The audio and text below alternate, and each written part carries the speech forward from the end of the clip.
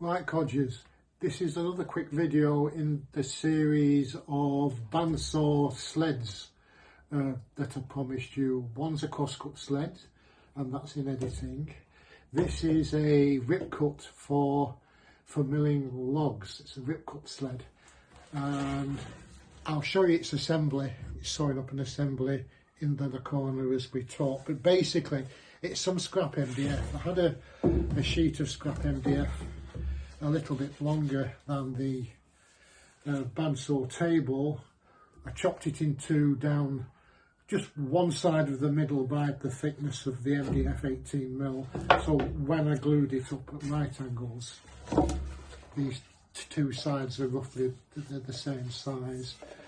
And I'd chopped down another box that was holding me jointer last year.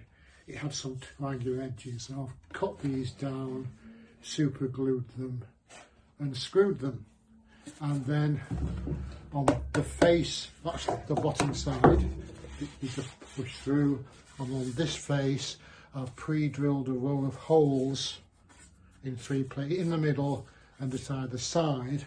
And the idea is, I can't show you because I've already cut the log. The idea is you screw through into the middle of the log to hold it firm, and then you push it through. And it's only a preliminary jig. It's used to cut the first flat edge so that you can have a flat edge to go either on the table or on the fence to start milling the wood however you want to do it. So as I say, that's the first jig, and I'm pleased with that. It's a dead easy one, even for the likes of me. So the idea is that the height of it, now if you remember, this sabre is a 14-inch.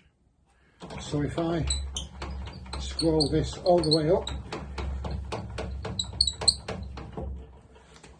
in theory I can push a 14-inch log through. Well, I'm never going to be doing that.